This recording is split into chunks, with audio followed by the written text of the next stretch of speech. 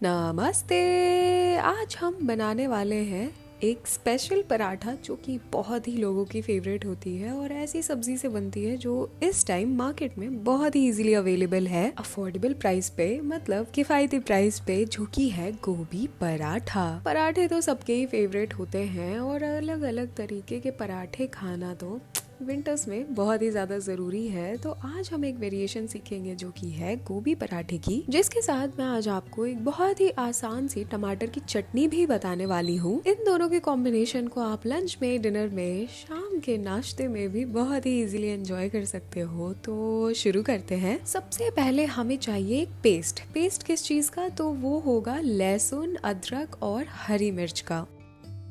मैंने तो इसे सिलबट्टे में पीसा था, लेकिन अगर आप चाहो तो नॉर्मली इसे कूट कर, मतलब नॉर्मल जो ओखली होती है उसमें आप कूट के भी इस पेस्ट को बना सकते हो, या फिर आप मिक्सर का इस्तेमाल भी कर सकते हो, या फिर आप चाहो तो इसे ग्रेट भी कर सकते हो। मतलब लहसुन और अदरक को आप ग्रेट कर लेना, घिस लेना, और मिर्च को आप बारीक कट कर सकते हो।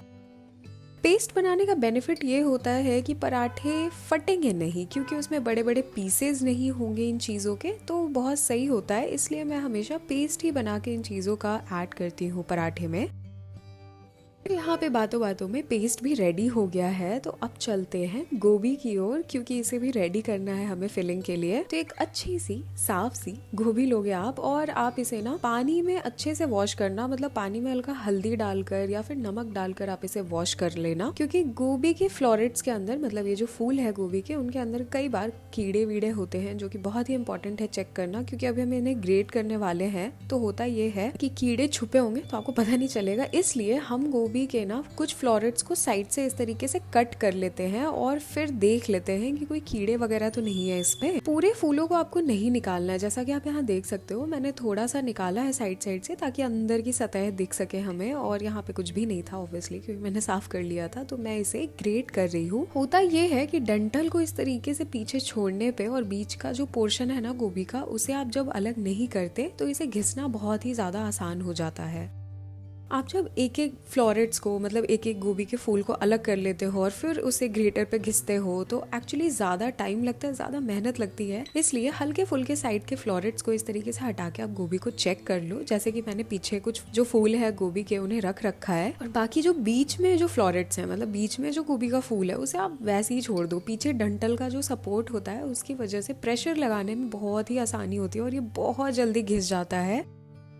और हम सिर्फ जो फूल वाला हिस्सा है उसे ही घिसेंगे, ज्यादा आपको डंठल वगैरह को घिसने की जरूरत नहीं है, क्योंकि वो काफी हार्ड हो जाता है, तो वो पकेगा नहीं बाद में। जैसा कि आप यहाँ देख सकते हो मैं इतना पोर्शन छोड़ रही हूँ, ये बिल्कुल यूजलेस हो जाता है क्योंकि ये काफी कड़ा होता है, तो इसे पकाना आसान नहीं है। और जो छोटे छोटे फ्लोरेट्स हमने साइड से कट करे थे, जो छोटे छोटे गोभी के फूल थे, अब हम उन्हें घिस रहे हैं। उन्हें भी घिस के आपको रेडी कर लेना है फिलिंग के लिए। ग्रेटेड गोभी की टेक्सचर को आप देख लो कि ये कुछ इस तरीके का होगा। तो अब चलते हैं आटा लगाने की ओर। आटा हम पहले ही रेडी कर लेंगे ताकि आराम से ये थोड़ा रेस्ट कर सके। तो यहाँ पे मैंने डाला है सबसे पहले गेहूं का आटा, और फिर इसमें मैं थोड़ा सा नमक ऐड कर रही हूँ और अजवाइन भी। अजवाइन को थोड़ा आप हाथों से क्रश करके डालना। उसके बाद मैंने इसमें कलौंजी ऐड कर दी है। ये 3 चीजें आपको ऐड करनी है आटे में, और बहुत धीरे धीरे आप इसमें गर्म पानी ऐड करोगे। जी हाँ, गर्म पानी ऐड करने से बहुत ही अच्छा आटा लगता है पराठे के लिए। हमेशा वो काफी सॉफ्ट होता है और बाद में ना वो आटा ड्राई भी नहीं होता। तो हल्के से गुनगुने पानी के साथ आप इस आटे को लगाओगे और धीरे धीरे आपको पानी को ऐड करना, और एक हाथ से इस तरीके से आपको मिलाते जाना है आटे को, ताकि वो साथ में आ जाए। जब आटा अच्छे से तैयार हो जाए, रेडी हो जाए, साथ में आ जाए, तो हम इसे रख देंगे थोड़ी देर के लिए साइड, और फिर कर लेंगे फिलिंग को तैयार। तो यहाँ पे मैंने ले लिया है पैन, और पैन में मैंने थोड़ा सा सरसों का तेल ऐड करा है। सरसों के तेल को अच्छे से आप गर्म होने दोगे। उसके बाद हम इसमें ऐड करेंगे सबसे पहले जीरा सबसे इम्पोर्टेंट है। उसके बाद हम इसमें ऐड कर देंगे जो पेस्ट हमने रेडी करा था ना, अदरक, मिर्च और लहसुन का, हमें उसे ऐड कर देना है। उसे ऐड करने के बाद बिल्कुल हल्का सा हमें भूनना है उसे, और उसके बाद हम इसमें मसाले ऐड कर देंगे, सूखे मसाले। और यहाँ पे आँच को आपको बिल्कुल धीमा रखना है। बहुत इंपॉर्टेंट है आँच का धीमा होना, क्योंकि सारे मसाले और जो सारी चीजें हैं वो बारीक हैं, वो जल सकती है। इसलिए आप इस चीज का बहुत ध्यान रखोगे कि आँच बिल्कुल धीमी है। और फिर जब सारी चीजें अच्छे से भुन जाएं तब हम इसमें अपनी ग्रेटेड गोभी को ऐड कर देंगे। जो गोभी हमने घिसी थी ये वही है और हम इसे ऐड करके अच्छे से भूनेंगे। अब गोभी ऐड करने के बाद आप चाहो तो आंच को मध्यम कर सकते हो ताकि ये काम थोड़ा जल्दी हो जाए। इसमें से जो भी थोड़ा बहुत मॉइस्चर निकलेगा ना नमक डालने पे, उसे हमें इवेपोरेट करना है, मतलब उसे उड़ाना है। मॉइस्चर नहीं होना चाहिए ज्यादा इसमें। तो इस तरीके से अगर आप गोभी की फिलिंग बनाओगे ना तो एक तो आपके पराठे जल्दी फटेंगे नहीं, और दूसरी बात ये होती है कि बहुत ज़्यादा मॉइस्चर नहीं होता, तो उसकी वजह से आप बहुत ही आराम से पराठे को बेल पाते हो और उसे बना पाते हो। प्रॉब्लम नहीं होती ज़्यादा आपको। इसमें नमक डालते ही थोड़ा बहुत गोभी पानी छोड़ती है, जो कि बहुत ही थोड़ा बहुत होगा क्योंकि ऐसे भी मध्यम आंच पे है ये। तो यहाँ पे हम उसे भून लेंगे और फिर ये बिल्कुल तैयार हो जाती है थोड़ी ही देर में। आपको बहुत भूनने की ज़रूरत नहीं है, नहीं तो ये बहुत ही ज़्यादा ड्राई हो जाएगा। मतलब मैं आपको टाइम एस्टिमेट दूं तो मसाले डालने के बाद, सूखे मसाले डालने के बाद आपको सिर्फ 1 मिनट भूनना है, और जब आप गोभी डाल दोगे तो आपको सिर्फ 2 से 3 मिनट के लिए ही भूनना है। गोभी डालने के बाद आप नमक तुरंत ऐड कर दोगे, ये इंपॉर्टेंट है, और उसके बाद 2-3 मिनट आप भूनोगे और इसे कर दोगे फ्लेम से अलग। चूल्हे से उतारने के बाद हम इसमें डाल देंगे फ्रेश कटा हुआ धनिया, बिल्कुल बारीक कटा हुआ होना चाहिए। और अब इस मिक्सचर को हम रख देंगे साइड मिलाकर, ताकि अब हम टमाटर की चटनी बना सके। तो जब तक थोड़ी फिलिंग ठंडी हो जाती है ना, हम चटनी रेडी कर लेते हैं। तो यहाँ पे मैंने रफली कटे हुए 2-3 टमाटर ले लिए हैं और मैंने उसमें 1 हरी मिर्च भी ऐड कर दी है। आप इस मिक्सचर को थोड़ा सा मोटा पीसोगे, जैसा कि आप यहाँ देख सकते हो मैंने पीसा है। इसमें थोड़े चंक्स हैं, थोड़े मतलब टुकड़े हैं टोमेटो के, मतलब ये बिल्कुल फाइन प्यूरी नहीं है, जैसा कि आप यहाँ देख सकते हो। ये कंसिस्टेंसी बहुत इंपॉर्टेंट है चटनी के लिए। तो यहाँ पे मैंने एक पैन ले लिया है, फिर से उसमें मैंने तेल ऐड करा है। बहुत थोड़ा सा तेल है ये, आपको ज्यादा ऐड करने की जरूरत नहीं पड़ेगी। उसमें मैंने थोड़ा सा जीरा ऐड करा है और यहाँ पे भी आँच बिल्कुल कम है। उसके बाद मैं इसमें सूखी हुई लाल मिर्च को तोड़कर डाल रही हूँ। सूखी हुई लाल मिर्च को तोड़कर डालना बहुत इंपॉर्टेंट है, नहीं तो वो तेल में फट जाता है, ये आप ध्यान रखोगे। उसके बाद जब इन दोनों चीजों को हमने डाल लिया तो मैं इसमें लहसुन ऐड कर रही हूँ, जो कि बिल्कुल बारीक कटा हुआ है। लहसुन बहुत ही ज्यादा बारीक कटा हुआ है। तो जैसे ही हम उसे ऐड करेंगे तेल में, हम टमाटर की जो मिक्सचर को बनाया था हमने, वो भी ऐड कर देंगे। और अब इन सारी चीजों को हम मिक्स कर लेंगे अच्छे से। अब हम इसमें थोड़ा सा नमक भी ऐड कर लेंगे अच्छे से मिक्स करने के बाद, क्योंकि ना टमाटर थोड़ा जल्दी से पक जाए, ये बहुत इंपॉर्टेंट है।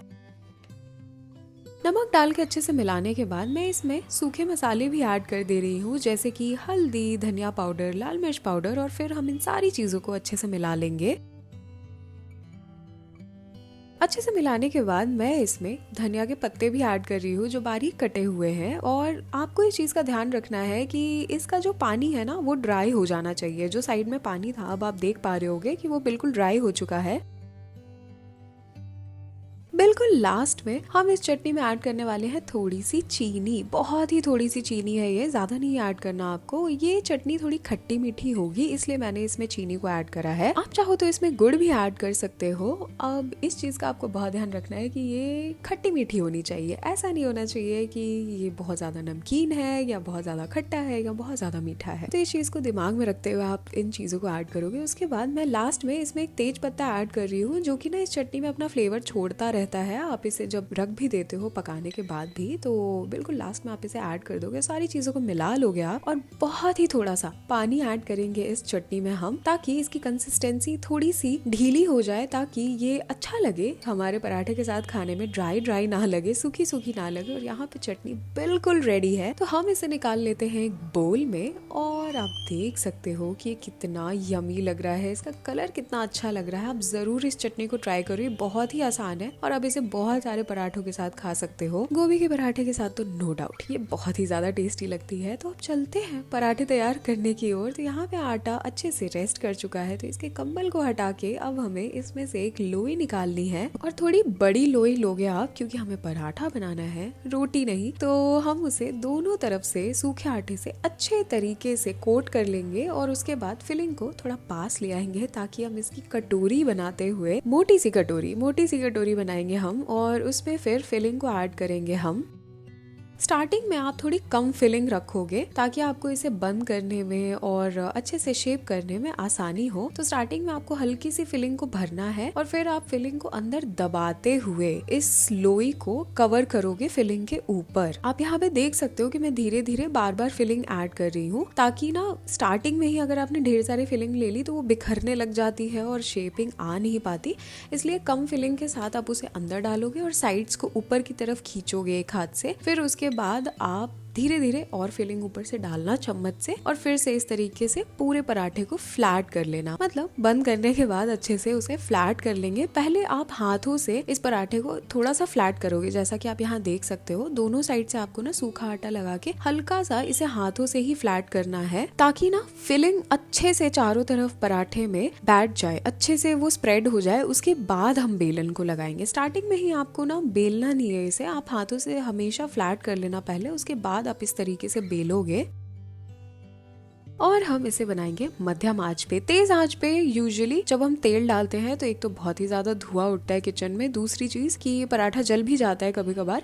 तो इसलिए आप इसे मध्यम आंच पे बनाओगे और इस तरीके से डालने के बाद आंच पे हम इसे थोड़ी देर के लिए एक साइड से पकने देंगे और फिर इसे हम पलट देंगे। जब ये आधा पक जाए एक साइड से तब हम इसे पलट के दोनों साइड तेल लगा देंगे और फिर पराठा बिल्कुल तैयार हो जाएगा। अच्छे से दबा दबा कर आप इसे सेकोगे और आप देखोगे खूबसूरत पराठा इसी तरीके से आपके पास भी रेडी हो जाएगा। अगर आपकी इच्छा है तो आप यहाँ पे घी का इस्तेमाल भी कर सकते हो। मैंने यहाँ पे मूंगफली के तेल का इस्तेमाल करा था, आप चाहो तो सरसों तेल भी इस्तेमाल कर सकते हो, कोई प्रॉब्लम नहीं है। तो ये सारे विकल्प आपके पास है, आप देख लो आपकी प्रेफरेंस क्या है, उसके हिसाब से आप उसमें अपने पराठों को इस तरीके से सेक लेना। थोड़ा थोड़ा आपको हर जगह से इसे दबाते हुए सेकना है ताकि इवन कलर आए और बिल्कुल क्रिस्पी सा बने हमारा पराठा बाहर से। और इसी तरीके से हम सारे पराठों को रेडी कर लेंगे। अंदर से भी आप पराठे का टेक्सचर देख सकते हो कि फिलिंग कितनी अच्छे से चारों तरफ स्प्रेड हुई है। एक भी कॉर्नर नहीं है जहाँ पे ये फिलिंग नहीं है। तो भाई इस पराठे को ट्राई करना तो बिल्कुल बनता है, क्योंकि हमने इसमें बिल्कुल भी कटिंग चॉपिंग का इस्तेमाल तो करा ही नहीं उतना और बहुत ही कम इंग्रेडिएंट्स का भी इस्तेमाल हुआ है। तो इसे बनाना भी आपके लिए बहुत आसान होगा। तो जाओ बनाओ और मुझे बताओ कि ये रेसिपी आपको कैसी लगी। बहुत बहुत धन्यवाद मेरी वीडियो देखने के लिए। अगर आपको ये वीडियो ये रेसिपी पसंद आई हो तो लाइक का बटन दबाना मत भूलना। और ऐसी रेसिपी ऐसे वीडियो के साथ तो मैं हर हफ्ते आती ही रहूंगी, तो मेरे चैनल को भी सब्सक्राइब कर लेना। तब तक के लिए बाय बाय।